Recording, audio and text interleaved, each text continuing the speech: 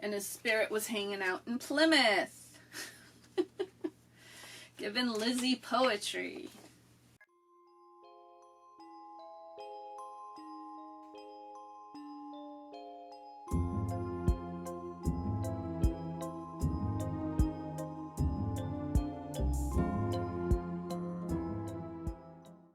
Elizabeth Lizzie Doten, born April 1st, 1829, Plymouth, Massachusetts. She came from a very accomplished family and was a descendant of Edward Doty of the Mayflower. Lizzie claimed that the spirit of Edgar Allan Poe would give to her from the spirit world his poetry that he wanted to continue to write. Along with Poe, there were many other dead authors that gave Lizzie their works to put out into the world. So I made you a little poetry music video of one of her poems given to her by Poe. We'll take a look at that now, and then I'll get back to telling you more about Lizzie. Woman weak and woman mortal, through thy spirit's open portal, I would read the runic record of mine earthly being o'er. I would feel that fire returning, which within my soul was burning, when my star was quenched in darkness, set to rise on earth no more. When I sank beneath life's burden, in the streets of Baltimore. Oh, those memories sore and saddening, oh, that night of anguish maddening, when my lone heart suffered shipwreck on a demon-haunted shore. When the fiends grew wild with laughter, and the silence following after was more awful and appalling than the cannon's deadly roar, than the tramp of mighty armies through the streets of Baltimore. Like a fiery serpent coiling, like a maelstrom madly boiling, did this phlegethon of fury sweep my shuddering spirit o'er, rushing onward, blindly reeling, tortured by intensest feeling, like Prometheus when the vultures through his quivering vitals tore. Swift I fled through death and darkness, through the streets of Baltimore. No one near to save or love me, no kind face to watch above me, though I heard the sound of footsteps like the waves upon the distant shore. Beating, beating, beating, beating, now advancing, now retreating, with the dull and dreary rhythm, with a long continuous roar. Heard the sound of human footsteps in the streets of Baltimore. There at length they found me lying, weak and wildered, sick and dying, and my shattered wreck of being to the kindly refuge bore. But my woe was past enduring, and my soul cast off its mooring, crying as I floated outward, I am of the earth no more. I have forfeited life's blessing in the streets of Baltimore.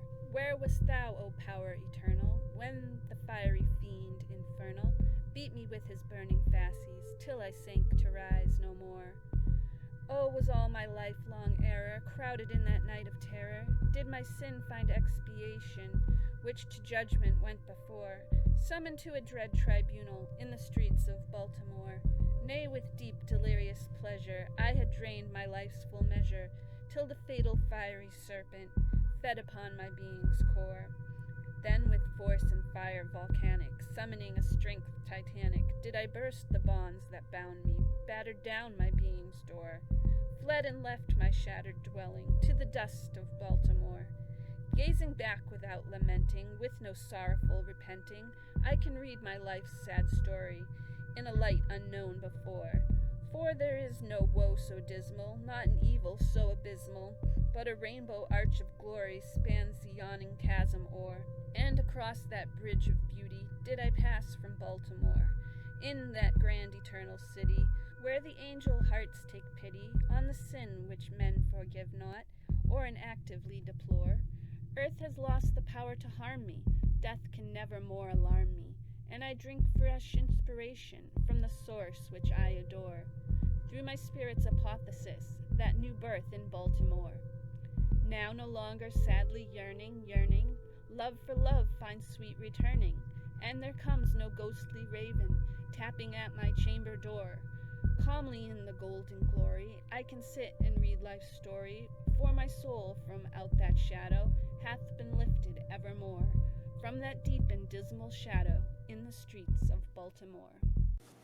Now, Lizzie Doten was a very interesting character, and it's funny to me that I'd never heard of her before, seeing as how she's from Plymouth, and she published many, many books. She wrote poetry and novels, and she even wrote the lyrics for sheet music, which was popular in her time. And she was a medium, and she would go travel around giving lectures. And what she was most well known for was that she claimed the spirit of Edgar Allan Poe would speak to her and dictate poetry to her. So in the newspaper, the Springfield Republican, they wrote a little write-up on her poem Resurrexy, which was dictated to her by Poe.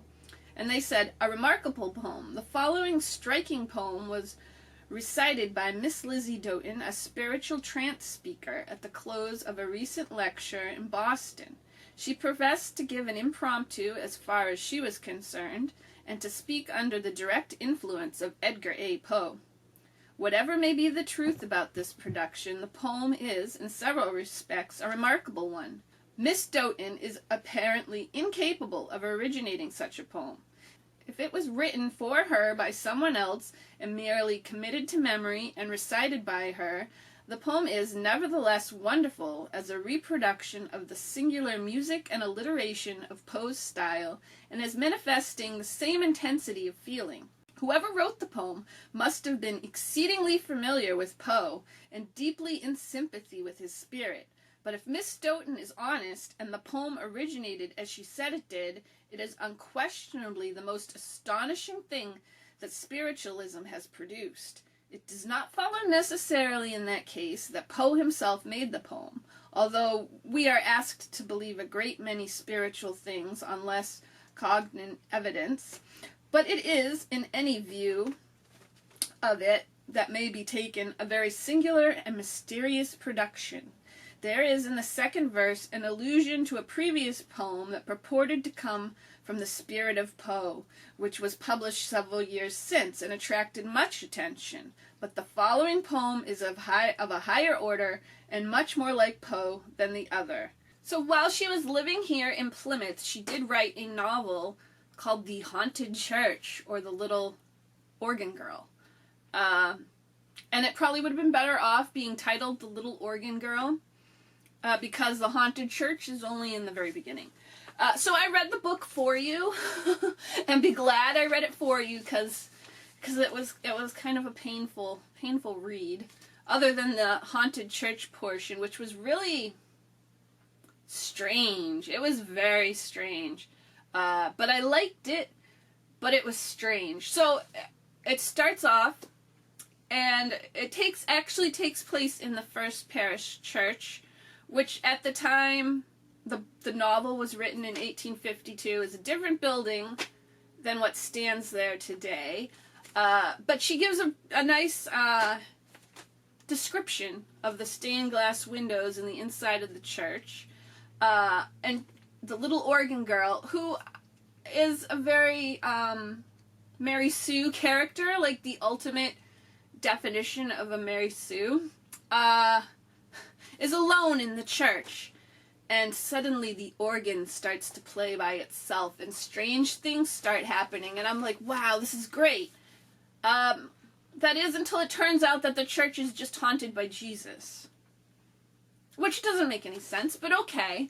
And then some angels come out, and they're flying around, and the church organ is playing away, and Jesus is talking to her, and her name's Lyra, of all names. Lyra has a very important mission to make people happy, and she's a very selfless girl, and she just goes around the town helping people be happy. That's her whole life mission, to make people happy. Yeah. So I saved you a lot of time, saved you 80 pages of reading. I don't really recommend The Haunted Church, unless you want to read that really strange, dreamy beginning. I liked that, I will say, but the rest was like a really poor version of A Christmas Carol or something. Oh yeah, it takes place at Christmas time. So Lizzie grew up in Plymouth, But she grew up here in Plymouth, and she was educated in the Plymouth schools, and then she went to a private school in Plymouth. At the time she lived here, I believe the school she would have gone to was on School Street. That's why it's called School Street. And I think I was looking at a map, an old map. I think it would have been like right where the stairs to Burial Hill are. I feel pretty sure that's probably where it was. But that was her school, and it's interesting that it would have been right by the church that she was writing about. Now, she claimed that her supernatural abilities came to her in childhood. And she has a book. It's a book of poetry called The Inner Life, Poems of the Inner Life. It's escaping me at the moment, the name of the book. And I believe that one was published in 1862. And the poems in that are all given to her by various dead authors. And some of them she would actually claimed that while she was on stage giving her lectures would come to her in that moment. Do I think Poe gave her this poem? No, I don't. Because her Poe poems all sound like The Raven, and she claimed that before Poe started dictating to her, the only poem of his she had ever read was The Raven. But I can see that because they all have that rhythm. In her book, the Poems of the Inner Life, she talks about how she first realized she had these supernatural abilities. Now, she was a very prominent spiritualist of the time. I found her mentioned numerous times in a newspaper called The Banner of Light, which was a spiritualist newspaper. So anyways, here's what she had to say in this section at the beginning of her book that she called A Word to the World. I turn back to the memories of my childhood, to that long course of trying experiences through which I passed, guided by strange and invisible influences. And that whole course of discipline has, for me now, a peculiar significance. Those who were near and dear to me, and who were most familiar with my habits of life, knew little of my intense spiritual experience. I was too much afraid of being ridiculed and misunderstood to dare give any expression to the strange and indefinable emotions within me. Such ones, however, may call to mind the child who often, through the long winter evenings, sat in profound silence by the fireside, with her head and face enveloped in her apron, to exclude as far as possible all external sight and sound. What I heard and saw then but dimly returns to me, but even then the revelations from the heaven within had commenced, and succeeding years have so strengthened and confirmed my vision that such scenes have become to me living truths and blessed realities. The heaven that lay about me in my infancy sent its rich glow through my childhood and sheds its mystic brightness upon the pathway of my riper years. And she goes on. She goes on quite a bit. Often in the retirement of a small closet, I spent hours in total darkness, lying prostrate on the floor, beating the waves of the mysterious infinite that rolled in the stormy flood over me, and with prayers and tears beseeching deliverance from my blindness and seeming unbelief. Then, by my earnestness, the spirit that had become stronger than the flesh, I would gradually fall into a deep trance from which I would arise strengthened and consoled by the assurance from whence I could not tell that somewhere in the future I should find all the life and light and freedom that my soul desired. So she goes on quite a bit, and you can read this book for free online. But she says, in relation to the creation of her poetry, in relation to the poems given under direct spirit influence, I would say that there has been a mistake existing in many minds concerning them, which I take the present opportunity, as far as possible, to correct.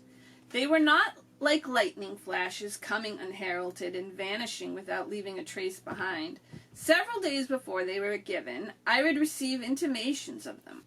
Oftentimes, and particularly under the influence of Poe, I would awake in the night from a deep slumber, and detached fragments of those poems would be floating through my mind, though in a few moments after they would vanish like a dream.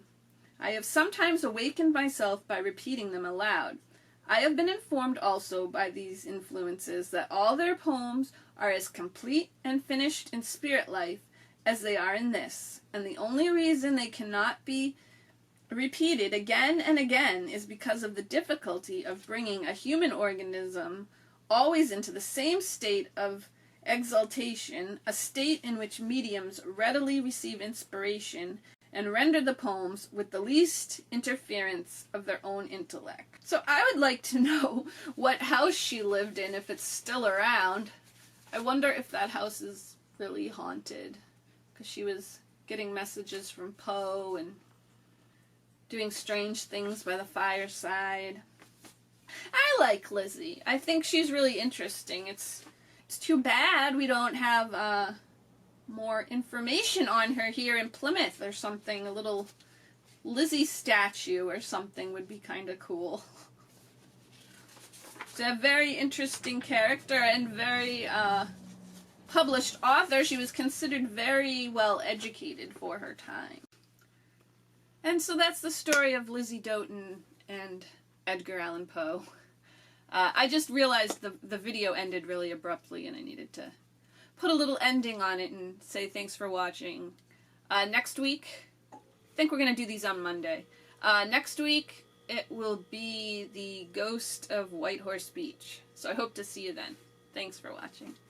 If you see this ghoul, play it cool.